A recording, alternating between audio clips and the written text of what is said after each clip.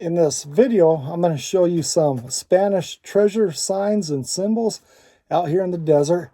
And I'm going to show you a couple of them and how I was able to translate them. And how these work is they're like little puzzles the Spanish left. And when you figure out one puzzle, it leads you to another puzzle. And then you figure out that one and it leads you to another one, and so on and so forth. But I'm at the location now and I'm searching for the actual treasure site, the treasure cache. And I believe I've narrowed it down to a specific area. I just haven't found it yet. So should be a pretty good video, and it'll give you some exposure to real authentic Spanish treasure signs and symbols. And I also want to give my friend Woody Olson some credit in this video also, because one of the symbols he actually found years earlier, and he showed me where it was. And so I'm grateful for Woody for sharing that information, because it really helped me out, and it helped me fill in some missing pieces that I had. So anyways, if you like this kind of stuff, a lot of work, a lot of research, and a heck of a lot of hiking and exploring goes into this. So hit that thumbs up button. And also I'll put 3 other videos I did down in the description that are kind of similar to this kind of stuff, but a little different, that you also might enjoy. So, all right, wish me luck. This first map you're looking at, and this is a map. This was done by the Spaniards. This image, embedded in this image, is a map, geography, and treasure symbols. And this one is my favorite just because I love to fish, and it's a fish. But there's more to this fish than just the Spanish stuff. This is a Colorado pike minnow, and this fish used to range all the way up on the Green River drainage and the Colorado drainage, and it migrated all the way down to Mexico. But because of the dams and the introduction of non-native fish like catfish, Asian carp, bass, stuff like that, they're on the endangered species list here in Colorado and Utah. And as you get closer to Mexico, they're pretty much all but extinct. But this fish is a Colorado pike minnow, or more commonly referred to as a squawfish. And back during the time of the Spaniards, all of our rivers here in the Uinta Basin would have been full of this fish. I had the pleasure of catching one of these when I was about 12 years old in the Green River, and my uncle caught one about 5 or 6 years ago on the White River. But your odds of catching one of these nowadays is very slim to none.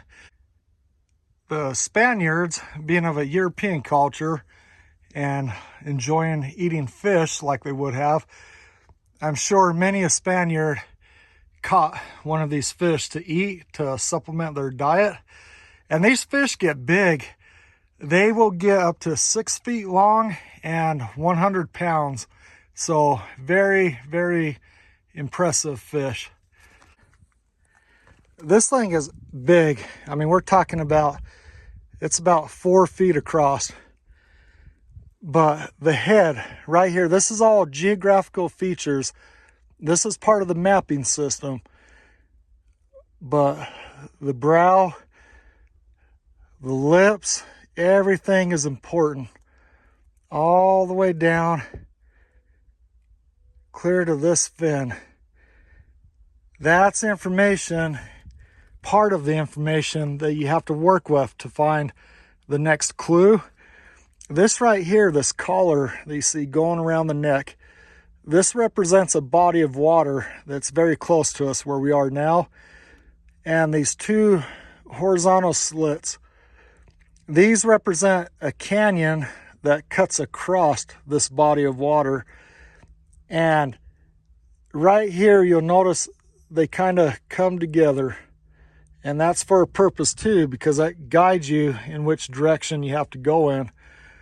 This line right here that runs all the way down its back, that's the path that you have to travel. Now, the end part has just flaked off just with age.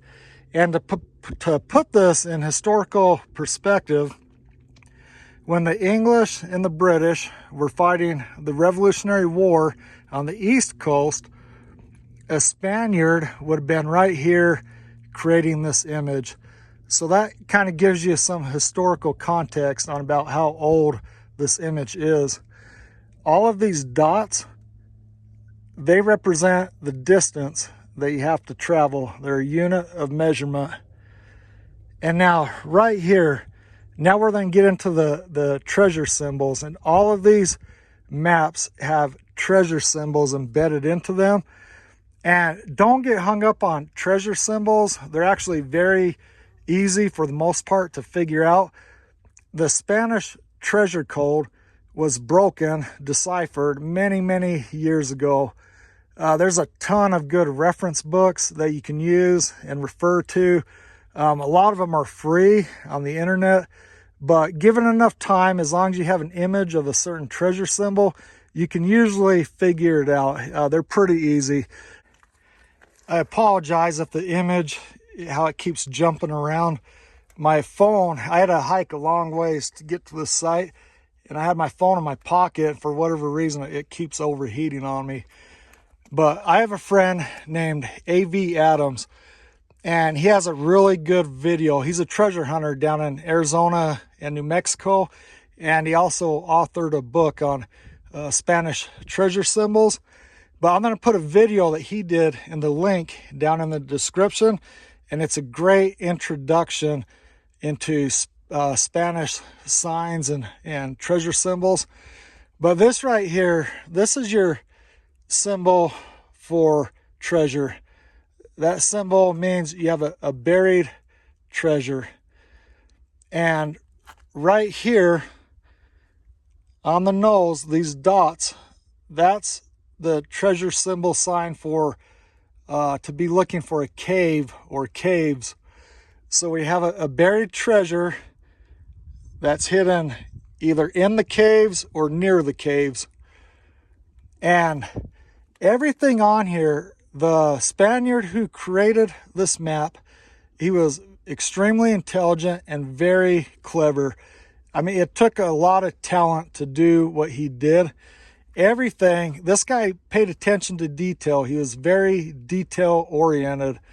Everything, and I mean everything on all these maps, this is the 5th one, they all have meaning and they all have purpose. Like, for example, he put that right there for a specific reason, to draw your attention to that specific area of the geography. And for example, on this one right here is where you're going to find the next clue that you need to decipher. But let me back up so you can see the whole image again.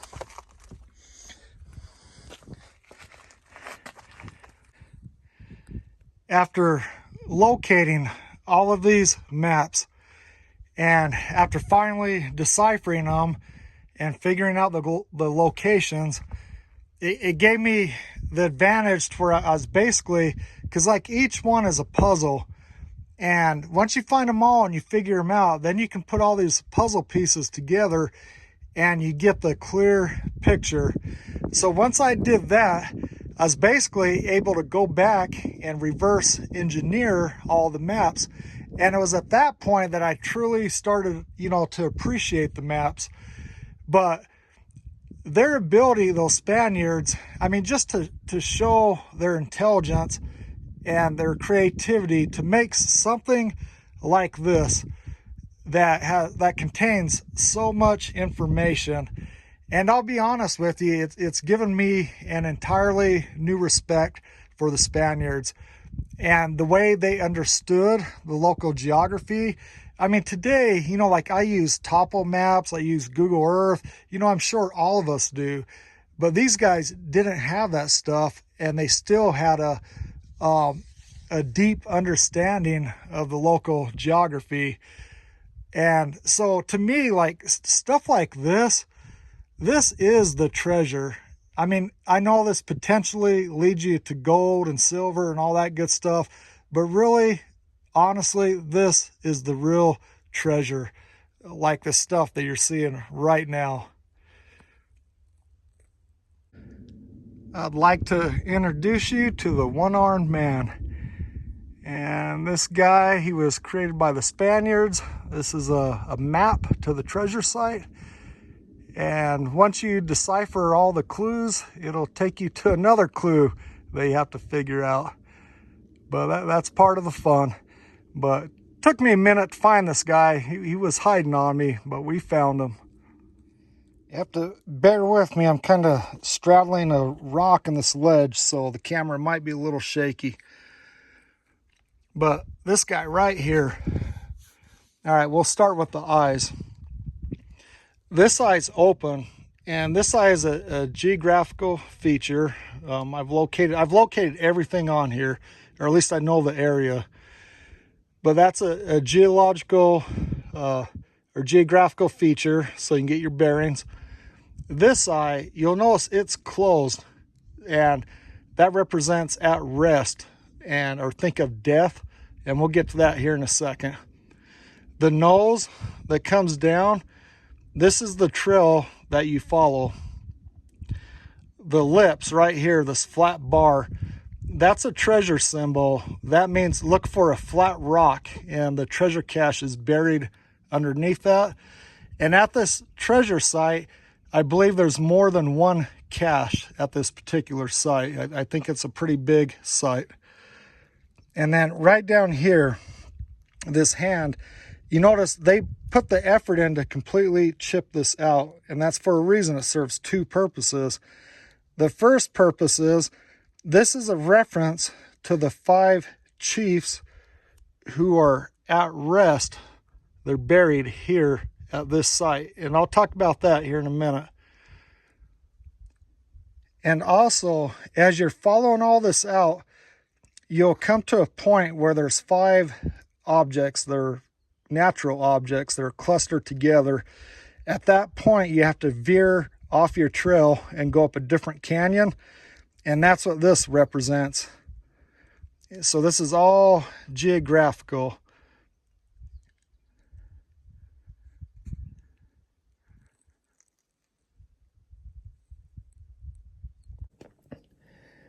People who do this kind of stuff, like go out and search for areas like this, they generally kind of fall into 2 groups. And the first group, you have people who love history, and they love old stuff. They love Indian petroglyphs and pictographs and Spanish treasure stuff and pioneer cabins and all that kind of stuff. And they love to be in the mountains, and they love to be out exploring the deserts. And they kind of use that stuff as an excuse just to get out here and explore and have some fun. And they were taught from their youth, when they're little kids, to respect and appreciate these places. And they taught their kids those same values. And these people would never, ever intentionally hurt any of these old sites. They love them too much. And that's the category I would fall into, and I imagine that's the category that most of you would fall into also. And I think we represent about 90%, which is really good. All my friends and people I associate with would never, ever hurt these old sites. They just love them too much. They love them to death. But then you have the 10%, and these are the people I call the crazies or the idiots. And the crazies, there was a guy, and I'm not going to say his name. He passed away, but he still has a lot of family here in the Uinta Basin. But this guy single-handedly destroyed more of these old Spanish sites than probably anyone.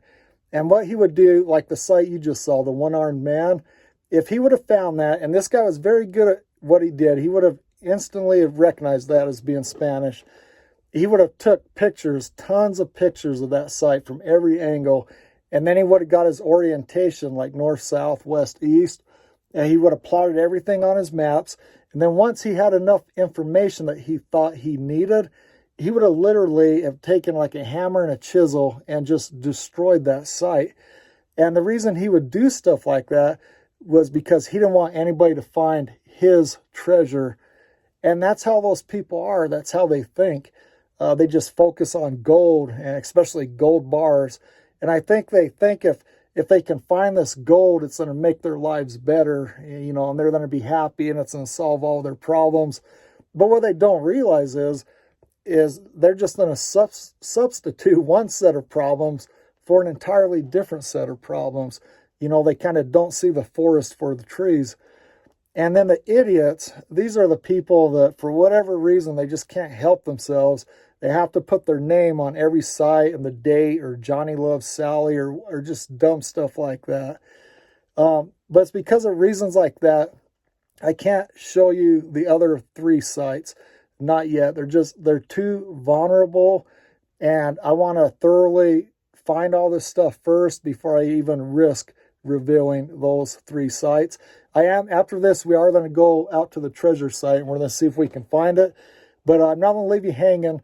The other 3 sites, one of them's like a European style house or cottage, and it's the same thing. It's embedded with imagery, geographical mapping, and some treasure symbolism mixed in with it.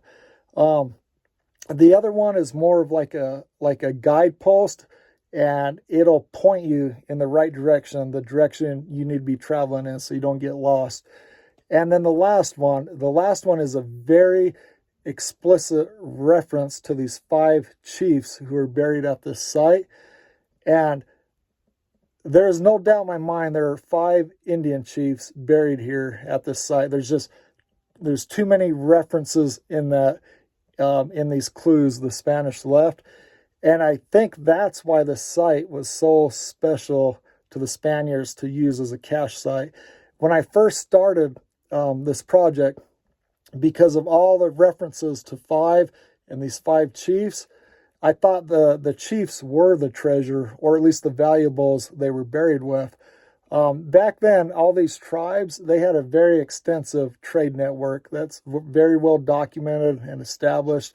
And a lot of the Indians, especially the Indians down south, think of like the Navajos and the Pueblos and those tribes, they were very gifted, and they still are today in working with jewelry, especially silver. And there's a good chance a lot of those valuables would have made their way up here. And these chiefs, being important men, you know, they would have been buried with a lot of valuables. And at first I thought, well, maybe that's why the Spaniards were so interested in this site. And they were going to sneak in there, dig up these bodies, basically rob them, and then melt down the jewelry. You know, think of like gold bracelets, some earrings, nose rings, necklaces, some accessories and stuff like that. But I thought, you know, that's not very realistic. For one thing, why go through all the trouble to map this site out? This site's been mapped out for successive expeditions to continue using it and finding it. And if that was the case, if they just wanted to rob some graves, they would just snuck in there, dug them up, and been done with it. And then think about it, it wouldn't even have been worth the risk. You know, they would have found, by the time they milled down the jewelry, you know, probably they could have made it like a little silver bar that big and a little gold bar that big. It wouldn't have been that much. It wouldn't have been worth the risk to enrage the Indians. No, this site, the reason it's so special is because of these 5 chiefs, but for very different reasons. Somehow the Spaniards became aware that there's 5 Indian chiefs buried at this specific site. And they knew that for cultural reasons, superstitious reasons, and stuff like that, that the Indians would not go to this site. It would basically be taboo to go to this site. And that's why they used this site, because they could hide their caches here, and they knew they didn't have to worry about the Indians messing around with their stuff.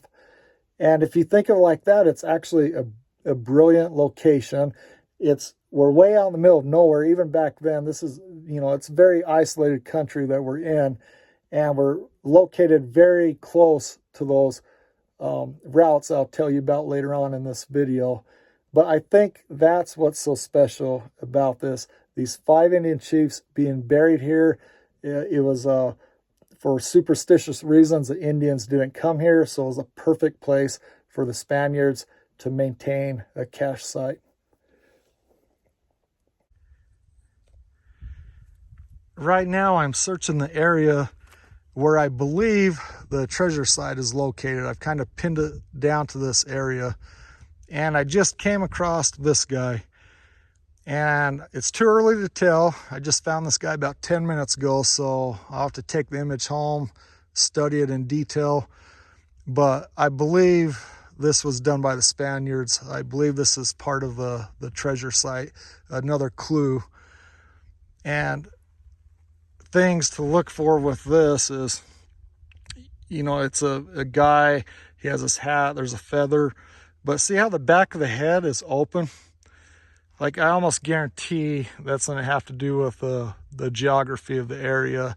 Even his big eyeball right here, this will probably definitely be part of the geography. How his hand or his arms come back like that and his belly pokes out. His short legs, he has like cartoonish legs. And then the neck and head of the horse are missing, but they have the ridge line going all the way up. That's going to be important. And every little detail in this image has meaning, I guarantee it. But it'll take me time to study it, compare it to my maps, compare it to the other images, and compare it to, you know, what I find on Google Earth.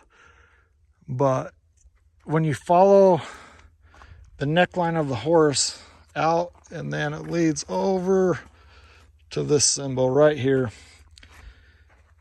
and that symbol, that's definitely going to have importance. It has something to do with all of this. The horse, that's definitely Indian. That's your typical Ute Indian petroglyph of a horse. You find these all over the Uinta Basin. And this is a perfect example of what they do. They'll take a treasure symbol just like this, and they'll blend it in with petroglyphs.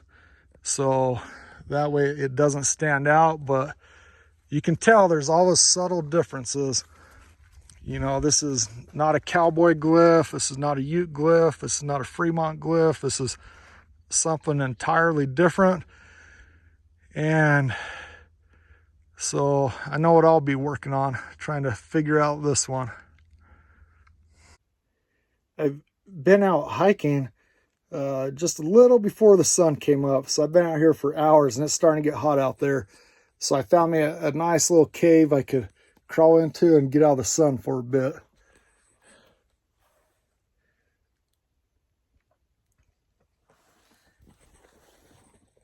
Let's see. We got a little pack rat skull next to me that I found. But some of you are probably wondering, like, what's this guy doing out in the desert looking for Spanish caches, right? Aren't those only found in the Uinta Mountains? And no, they're actually not, and I have proof for it. But think of it like this. The old Spanish Trail, and it used to go kind of down near where modern-day Moab, Utah is, kind of where I-70 is. And to get to the Uinta Mountains from the Spanish Trail, there was offshoot trails that headed to the north, and they went up and over the Tavaputs Plateau. And from there, you have these different drainages. You have 9 Mile, Willow Creek, Hill Creek, Bitter Creek, Sweetwater, and Evacuation Creek. And this is all nice, level terrain. You have grass, you have water, and you have game to hunt. And from there, you take the drainages into the Uinta Mountains. It's the most efficient, practical method to take from the Spanish Trail to the Uinta Mountains. And in fact, 20 years later, after the Spanish mining had pretty much died off, the mountain men used these exact same trails. Men like Dennis Julian, Antoine Rubidoux, Kit Carson, Provost, they all used those exact same trails. It's very well documented. And they used them for the exact same reasons. And so the Spanish, they had these mines up in the Uinta Mountains. And near these mines, they would maintain a cache. And I found 2 of those caches up in the Uinta Mountains. And there's probably many more, I'm sure.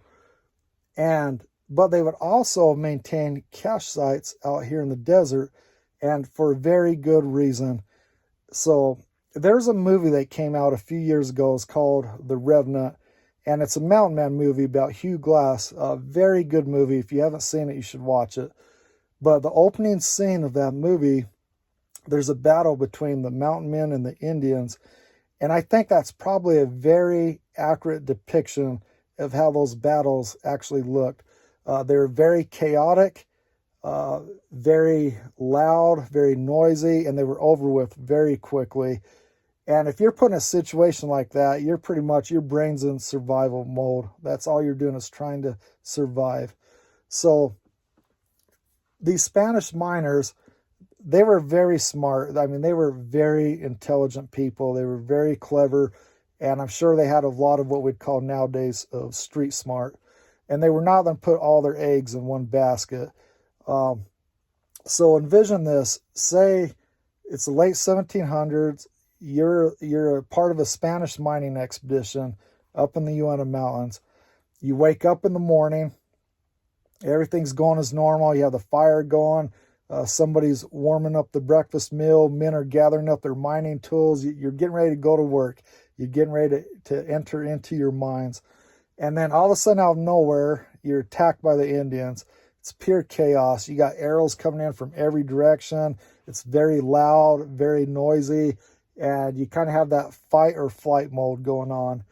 A lot of your expedition is killed off. You and the other survivors, you escape. You flee. You're heading down off the mountain as quick as you can to get away from the Indians. Now, this whole time you're doing that, the Indians are at your camp. They're going through all of your supplies, your gunpowder, your muskets, your provisions. All that is gone. They've taken all of that stuff. Your treasure cache and all that, you can kiss that goodbye, at least for now. It's not like you can go hide out in the foothills and then return to your mines. The Indians, they're going to see you. They're not stupid. And the word of your return will spread by word of mouth, and they will attack you again. Now, you're pretty much done and over with your mining expedition. You're not going to be able to return until things calm back down. You can restock, reprovision, and recruit some more men. But you're not going to go home empty-handed because you were smart. You didn't put all your eggs in one basket. You also maintain caches out here in these desert areas. And think about it, you have to travel right through here anyways to get back home. And they did that for that purpose. That way, if things went south very quickly and they lost everything, they weren't going to go home empty-handed. And put yourself in their shoes. They lived back then, there was no Social Security or any of these government programs that we have now and take advantage of, right? They didn't have that stuff. They had risked everything to come up here in the hopes of seeking it rich to better off themselves and their families back home.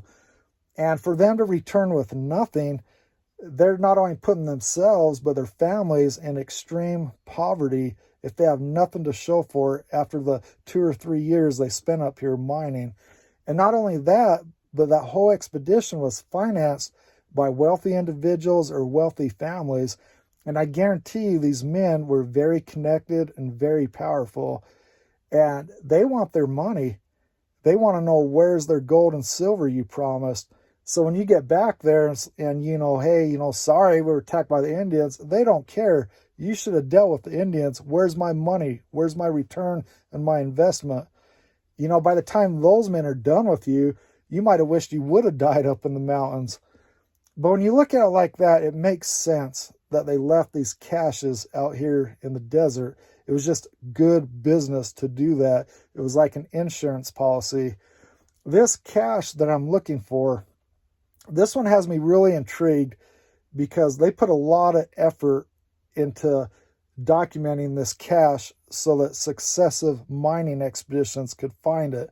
And I think that's the reason they've marked it so well.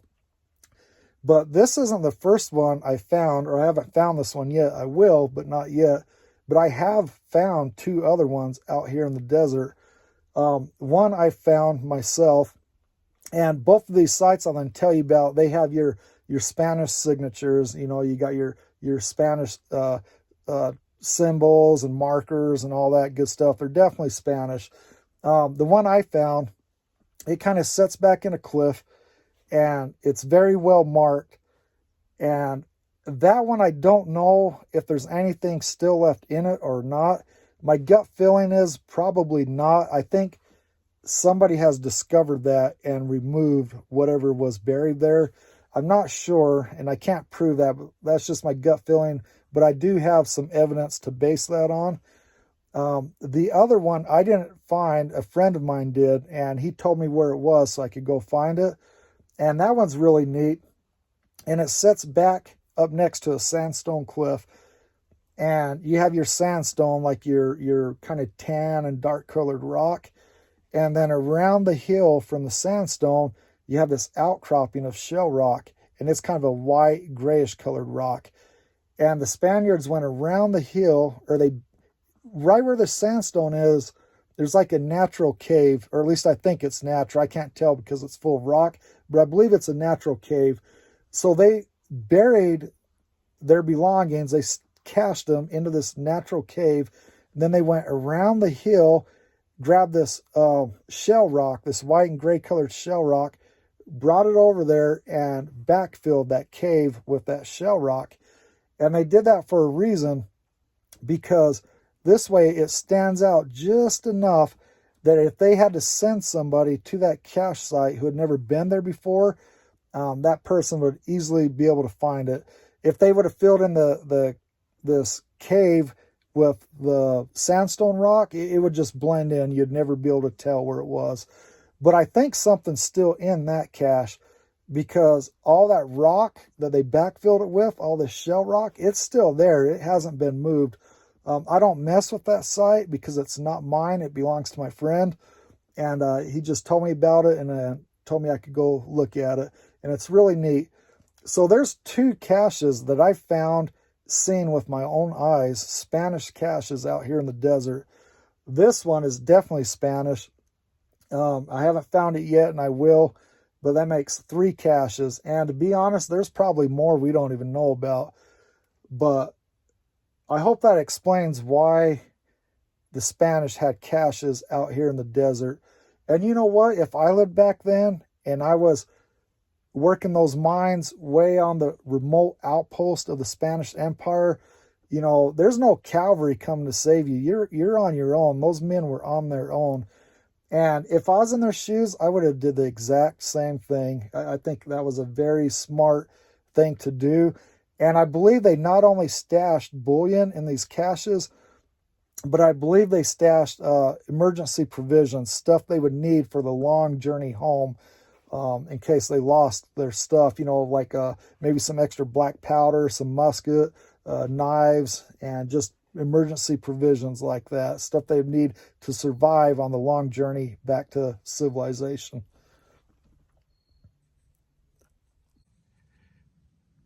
Well, I found this, but I'm kind of skeptical. It's very interesting, definitely something you don't ever see out here, but it looks very sloppy. The marks aren't very deep. And see here, that's kind of not like the work you would expect from the Spanish, but I don't know, definitely very interesting. And I'll take a GPS reading of where I'm at, and so this might come in handy down the road. You never know, but I've never seen anything like this out in the desert, skull and crossbones. But it just, I don't know, it just looks, it looks like it was done fast and quick, like a lot of thought wasn't put into it.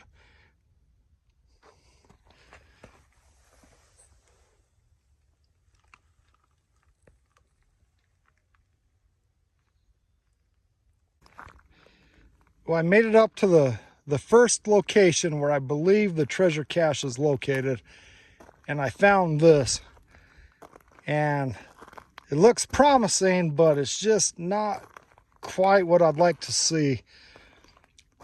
You can, if these rocks went around and made a full circle, and especially if you had that right in the center, then I'd be 100% positive I'd found my spot. But I mean, you got to think about this cache is probably close to 225, 250 years old, late 1700s. And your rocks, they'll move around somewhat. You got this clay soil. Every time it rains, you have freeze and frost cycles and stuff like that. Rocks will move and shift, but I don't think they would have moved this much. It's possible back in the day, some old cowboy sheep herder found this, got off his horse, started moving rocks around because he was curious. And all these rocks right here used to form a circle. That's a possibility. But I want to show you something else that makes this special. This rock has drill holes in it. Right here, just perfect little circle drill holes. See that? So, I don't know. This might be the spot. The only way I'd ever know for sure is I'd have to bring a really good metal detector in here. But kind of, sort of looks promising. And this is definitely the spot where I was expecting to find something. But I'm going to keep searching around. Well, no Spanish treasure. So I guess it's back to work on Monday. But it was a lot of fun. Beautiful day. And I'll keep you guys posted. I come out here every now and then as much as I can and try to further my research and see what else I can find. But I'll keep you guys posted. And I got some fun stuff coming up, so stay tuned for that. And until then, as always, thanks for watching, and I wish you guys the best.